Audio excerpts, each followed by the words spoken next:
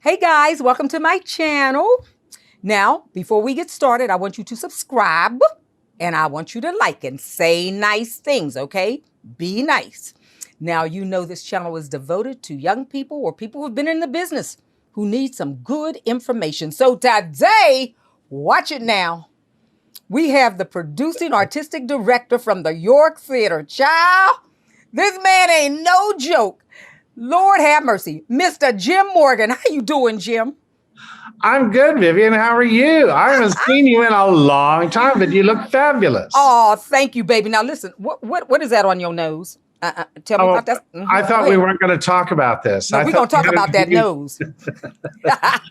Well, I had a little something removed. All those years growing up in Florida, out in the sun, things begin to happen under your skin. And I had a little bit of skin cancer that had to be lopped away last week. So I have the stitches out next Thursday, this coming Thursday. It's the doctor said, it's not the horrible kind. It just has to be dealt with. You can't leave it alone or it will be a problem. But it's okay right now. It's fine. Listen, Jim, I wanted you to come and have a conversation with me because this is primarily for young people coming into the business. Maybe they just graduated from college or people who have been in the business. So let's start at the beginning for them. For any young person watching who are writers, how do they come to you about a project that they may have that's original that they've written? How does that work? Just get in touch. My email is on our website, jimmorgan@yorktheater.org. Contact me and we can have a dialogue about it. I can pass them on to our literary manager, Seth Christenfeld, who's wonderful, who is very smart at assessing scripts and seeing where they are in their development. There are all sorts of different ways. People sometimes just stop me on the street and say, aren't you the guy from the York Theater? I have a script. Would you look at it? We're one of the very few places that takes scripts that are non-solicited, you don't have to have an agent submit it. Okay. You can just submit it. Now, that means it takes longer to get to your script because we have a small staff. But we believe in giving people a chance. It's very difficult to get going in this business. Yes. And we want to be the place that helps people find their footing in this very difficult business. So what's actors, writers, directors, everything. So what's the next step? Say you see a script and York is interested. And so what's the next step? Is it a reading? Well, normally it's, it could be a reading. We take a look at it and see if we're interested, if it's a possibility for us.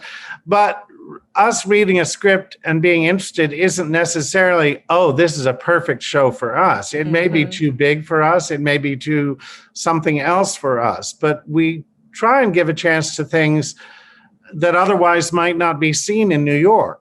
Yes. It may not be commercial. It may not be whatever. So what's the next step? Normally, it would be a reading. And now in COVID times, Equity isn't allowing reading. They want us to be paying a full salary to actors to do a reading, which we can't afford. And I think there are a lot of theaters who can't afford that. We can't afford to pay an actor $800 a week to do a reading. But York is a union house? Yes, we're an equity house. We also deal with the musicians union, the directors union, director choreographer union, the design union, of which I'm a member. We're very union oriented and we believe in the unions and what they stand for. At the same time, we have to keep an eye on the bottom line, what we can afford to do to make shows happen. Do you ever at any point take anything non-union? Well, under the old equity reading guidelines, you could have non-equity people in a reading, and we often did. There are often people who are connected to a show who are not union or are not equity yet. And that's great. Or sometimes there are kids in a reading and you can get non-equity kids who are wonderful, who are just getting started in the business. So that worked very well on a number of occasions. We've been able to do non-equity things. For example, our connection with Marymount Manhattan, we've been able to present things by Marymount on our stage because they were part of our educational program, and all of those kids were non-equity. So because it was officially an educational aspect of our programming, we could do that without any problem from equity. They were totally understanding. So there are ways to do it. But as I said, right now, equity is not allowing readings at all unless you pay full freight. Okay, so definitely I understand that, and I think the viewers understand that. So let's go back to this reading.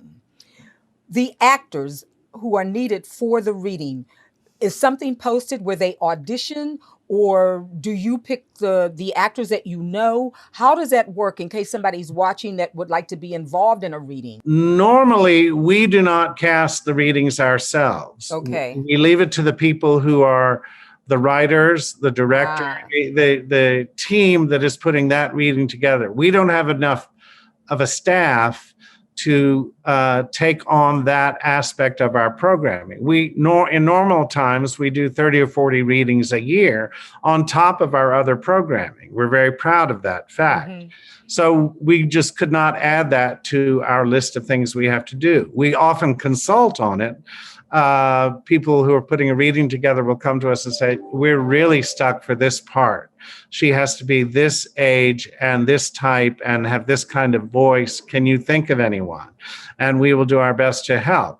Well, that's what I was going after. That's what I meant. In normal times, does York get involved, or is it up to the writers and the people they bring? Generally, we do not get involved, but we often consult on it. And they sometimes hire an outside casting director. They sometimes hire a casting director that we have worked with regularly.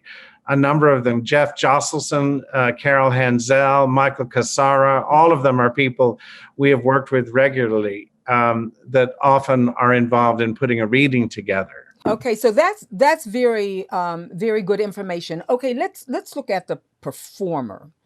Are there programs at the York beside the colleges that people who have not gone to college, who are not in college, but maybe they have studied somewhere, who can become involved in something that the York is offering? Well, we have an internship program that goes on throughout the year, and generally it's for college-age students, but we have had occasional high school students involved. And fabulous. Depending on the time of year, it can be as little as, say, 1 day a week for a certain number of hours, or it can be an entire week. Often in the summer, we've had people who are there for an entire week at a time, or for like 3 or 2 months, 2.5 months, full time, basically doing whatever they have signed up to do. The great thing about being an intern with a small company such as we are is that you get a chance to do a lot of different things. We don't pay, but we give you an opportunity to experience, though. Oh my God. Sorry? The experience is immense. Well, yeah, it's incredible experience. You can focus on a particular area like literary, artistic, or management, or occasionally stage management, like that. But a lot of times there's sort of a general internship with a focus in something, but that may mean that we say, well, today we need you to work on this because this event is coming up in 2 days. So we really need help creating these programs or whatever. So it takes you out of your normal area of focus, which allows you to learn a lot about various different things. Also, they get to sit in on staff meetings and meetings with authors, meetings with people who are doing a reading. It's pretty incredible series of experiences that make up being an intern. But also, too, Jim, and I've said this and spoken on this in other conversations with directors and casting directors. Not everyone wants to be on stage, and I keep saying there are so many parts of theater, of show business, that if it is not your thing, pay attention, kids, guys who are watching. If it's not your thing to be on stage, that's all right. You want to be connected to show business. There are so many areas: stage management, sound, dresser, wardrobe. What else is there, Jim? Also, Stage hands, stage everything. stage management, All of that. lighting, Yes. all sorts of things.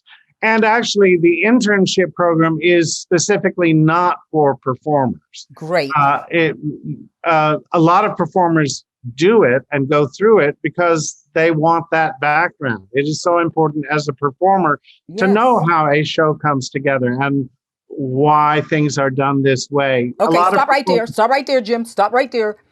Did you hear what he just said? Don't be a one-trick pony.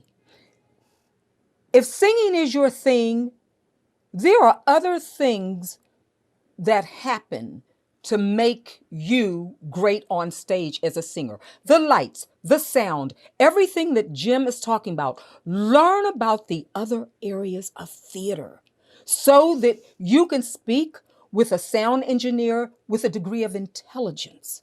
You will know how these things function. The lights. I mean, all of these things, trust me, will come into play for you as you grow in your career. All right, Jim, that was great, because that's what I say all the time. Why are you just focusing just on singing if that's your forte, or just on dancing if that's your forte, or just on acting?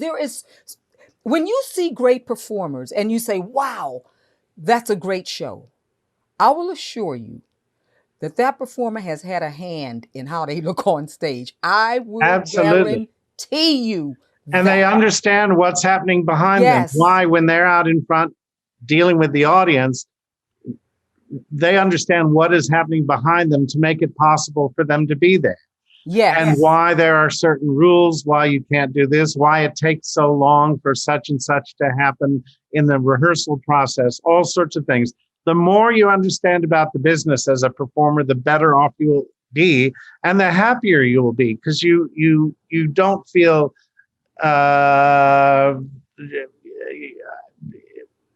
you just have a sense of why it's all happening and how you fit into it. Say you come across actors or an actor who has an attitude. What do y'all do? Does the York get involved as far as that is concerned, or is that strictly left up to the people who brought in the show? How does that work? No, we'd very definitely get involved.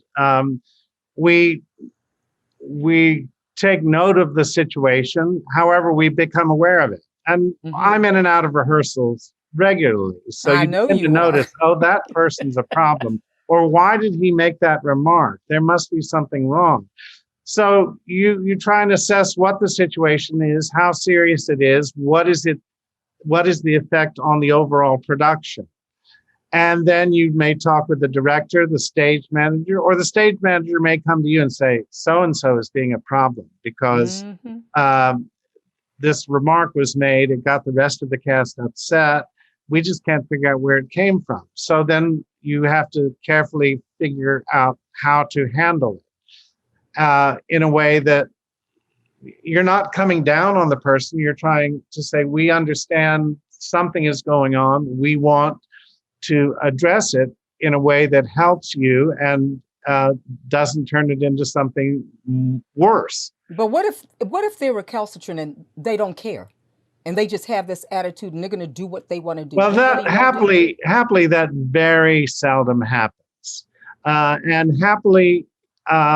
We have found a lot that when you try and get to the bottom of a situation, they respond, oh, I didn't realize. They may not realize how they're coming across. Or yes, this is a problem in my life. I'm going through this. And they are willing to talk it through and try and address it that way. very seldom, very, very seldom, do we encounter someone who is just unable to be talked through a situation. If it gets to that, They're out the door. you assess where you are in the process. Yeah. Is it a week till the whole thing is over? In which case, maybe you figure out a way to squeak through and just be aware of it and let everyone deal with it in their own way. There have been a couple of times when someone had to be asked to leave the cast, and that's so seldom, but it has happened, and it's really sad and unfortunate that that's the only way around it. But sometimes it's the best way of handling that situation. I mean, I cannot emphasize this so much because I talk about this almost in every conversation. Guys, listen, pay attention. One person can spoil it for everybody. You know, Absolutely. you start trouble or you're gossiping, coming late, not doing your work. Because when you don't do your work at home, it affects the whole cast. It affects the director, the musical director, the choreographer, because then they're waiting for you to get your crap together and you haven't done your homework. So at a point, if a director comes up to you or a stage manager comes and says, look, you really have to go home and study, or you really have to watch your mouth, heed that, because there's only so much that they're going to put up from you acting like this, and you will be fired. And so what happens when you're fired? Theaters talk to each other. You got a reputation. Now there is redemption. Maybe that was one time where you were just not feeling good, But if it's a thing that repeats over and over again, you're going to find it very difficult to get work in this business. And a lot of people starting out in the business don't realize how small the theater community is. And you get a reputation. It's very hard to, a bad reputation. It's very hard to overcome it because you have no idea how many times we're about to hire someone and I'll give a call to someone at another theater or a director we've worked with. Have you ever worked with so-and-so? Oh yeah, don't hire him. He's a problem. You have no idea how quickly word can get around and hurt your reputation. Yeah. And it's not that people are out to hurt reputations. They want to have a good time. They want everyone to be able to do the best work they can on a show. And they want the show to reflect the theater where it's being done, the kind of work that theater does. And it can't be done if there's one person turning the whole cast upside down, making the whole thing more difficult. And we've had that a few times. Our Mufti series, the musicals in Mufti, you've been a part of them, which are concert versions of shows from the past that deserve to be seen again. And it's a very quick rehearsal period. And there have been a number of times people have actually said, I've said, we're hiring so-and-so, and they'll say, don't hire her, she's a problem. And for one reason or another, maybe someone else said, no, I think that's not quite fair because I have worked with her and she's fine. We've given a chance to people. The good thing about the Mufti series, it is such a quick process. There is no time for divas or attitude or problems. You either deliver or the show doesn't get on, and everyone realizes that very quickly, even if they've never done it before. We have done 118 shows in that series over however many years, 20. Fabulous, yeah. Whatever years. 2, I think, in the course of it, really suffered because of a problematic personality in them. And we gave the person the benefit of the doubt and thought it'll come together despite it. And in both cases, it came together. It was not a pleasant experience. And so that's not a bad track record to have had 116 shows that went wonderfully. And I'm talking about people, as I said, who we were warned against. Don't use her. You will regret it. And that was not the problem at all. That was not the case at all. They really delivered. They came together. They went on to be a wonderful part of the company. And that's what we hope for. But 2 shows out of 118 were really hurt by a particular personality who just didn't want to be a part of the team and thought they were so. But wait a minute, Jim. Wait a minute. Hold it. Why did they take the job? See, this is a problem for me. This is a problem. You have a choice. Absolutely. Take it or not take it. Yeah. My belief on that kind of thing is, I don't care if it's not paying any money whatsoever. If I take that job, I'm going to give it the same attention that I would give to another job where I'm making loads of money. Because it's your reputation. If you know you don't want to be a part of it, don't take the job. Absolutely. Oh, come on, Jim. Oh. Yeah. Yeah. I mean, that's ridiculous. Yeah. And generally you begin to find that there's something else going on. It's not that they don't really want to be there. They want to prove a point for some reason or whatever. But at the end, you just don't want to work with them again.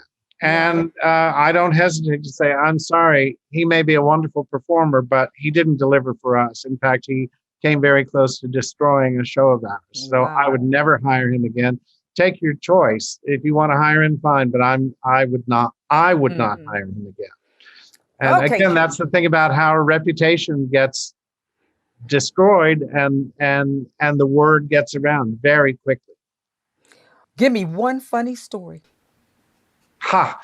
Well, let me see if I can try it without saying any of the names, because that would be embarrassing. But don't say any names. We did a very long-run show at the York, very successful, and partway through, we replaced 2 of the leads for various reasons. They couldn't continue, so we had to replace them. And a guy came in to the lead, and he was not a polite person. He was real full of himself, like, you should be so grateful to have me, when the person he was replacing was just stunning in the part and was just said, I can't continue. I have too much going on. And the new guy was fine, and at times was even wonderful. And there was one particular moment in the show where the old guy, the original guy, got big applause, laughter and big applause as he left the stage after he said this line. The new guy never got that kind of attention. He got laughter and occasionally just a little bit of applause, but he would leave the stage and he would go backstage and say, why? Why is no one applauding? I do it the same way so-and-so did it and nothing's happening. And even a couple of times I felt bad and I tried to start applause thinking that wasn't bad. He did a good job. Never happened. So the next to last night of the show, there was a little party somewhere. And I was talking to an actor who was on stage at the same time. And I said, I can't figure out why he doesn't get applause on that line when he exits the way so-and-so did. He said, I'll tell you why. Remember the day he came in and he was such an asshole to everyone in the cast, including me. And he sort of told me off in a big way that I didn't know what I was doing. I decided right then I was going to get him. So every night when it got to that scene, he would say the line. And as he was doing it, I would turn to the other lead as if I was going to say something. And the audience would think I was going to say something, and I would draw the focus from him, and it would kill his laugh. He said, "So the lesson there is don't fuck with me. I will take care of you on stage, and I can do it with stagecraft." He said, "I kept him from getting that laugh and that applause because he didn't deserve it, and I decided I'd take care of him." It's a great lesson in stagecraft. He said, I would just turn my head and people would look at me like, oh, what's he going to say? And it killed his laugh as he was leaving on the other side of the stage. And basically, Jim, what he did is he upstaged him. Yeah, by doing absolutely. something else. That Very is simple. the perfect example of upstaging. Of course, you don't want to get in the habit of doing that. That's not a good thing. But No. honey, he done messed with the wrong person. And So that's he why got his directors give comeuppance. and that's why directors give you notes. Don't do that. You're upstaging him. Keep the focus on him. It's his line. So but no Love one it. ever caught him doing this. And this was a very talented actor, albeit in a smaller part. And he said, I just took care of him. I decided he wasn't going to get away with talking to people that way. Jim, that is a great story. See, you got to be careful with who you mess with. Don't mess with the pianist and the accompanist when you That, go to an oh, audition, because the accompanist can turn around and say, "You know what? They were rude and nasty to me. I wouldn't hire them if I were you. I don't care how or good they sing. they'll just play wrong notes. There was someone at Wrong the notes, show wrong last year key." who yes, absolutely, or just a few wrong notes leading into your song, so you start in the wrong direction, and they'll say, "No, I didn't do that. I didn't do that." Oh, Jim, that is a great story. Thank you for that. You're very welcome for listening. I hope the salty language is okay. Oh, child, please. I done cursed a few times. Are you kidding me? Yeah, we done had a few curses in some of these conversations. It's fine. Okay. Tell us about the York Theater. Well, the York Theater, which is known as the place where musicals come to life, we have been celebrating over the past 2 years our 50th anniversary. Fabulous. So that's quite amazing for an off-Broadway theater, particularly an off-Broadway theater that does musicals. Though there is another one in town, another off-Broadway theater that does musicals, a Moss musical theater. A Moss, that's where Bubbling Brown Sugar started. Absolutely. And they have just celebrated their 50th anniversary, almost the same time as we did. Ours was delayed because of the pandemic. We're finally going to do our 50th anniversary concert in September. Fabulous. At our new temporary space. But more about that in a minute. For years, we've been at 54th and Lexington in St. Peter's Church. And there was a flood there in January, so we're all moved out. Everything is in storage. It remains to be seen whether we go back there, whether we choose to go back there. We're in the process of deciding that and figuring it out. So, but our history is we began uptown at another church, the Church of the Heavenly Rest, in 1969. Janet Hayes Walker was the founder. I got involved 5 years into the history of the place.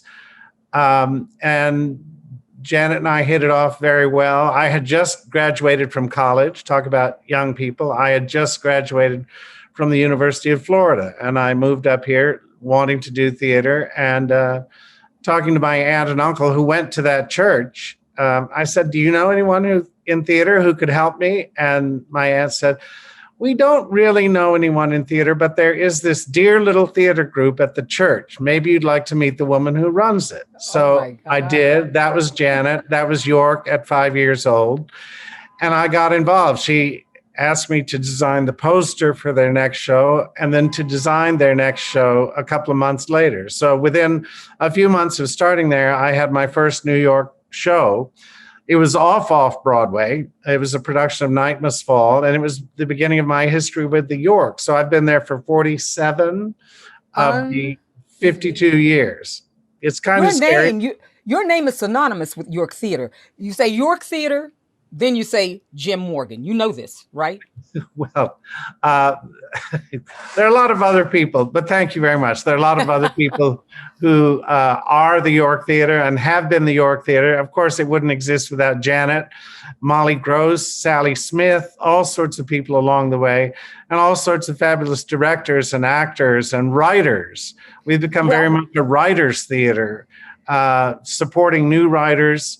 I'm the one who changed the mission to all musicals. When Janet passed away in 1997, that's when we made the change. But we'd been doing a lot of musicals up to then, but I just thought we should focus on musicals. I thought it gave us a Okay. niche in the marketplace that we didn't otherwise have. We never made a big announcement. From now on, we're only going to do musicals.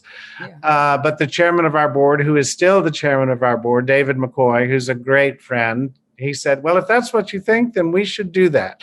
So I Later wanna on, we realized it was a really, really chancy, silly, well-meaning decision, but that we didn't really know what we were doing. To have the death of a very charismatic founder of a small not-for-profit arts organization and change the mission of the organization on top of it was really not the smartest thing in the world. But we did it, and perhaps we did it well by not making a big announcement. We just started doing only musicals, and that's what we've done now for over 28 years. So I know I've been involved with probably 4 or 5 projects there. And I yes, did my own show like 2 or 3 years ago, the Lena Horne show. yeah, And I think the last show I saw was at Desperate Measures, which was yeah, absolutely, it was so great. this was fun. Oh, yeah, we had a ball and a lot of good information for these young people. Thank you, Good, sweetheart. And I'll talk to you real soon, honey. lovely. Talk to you Okay. soon.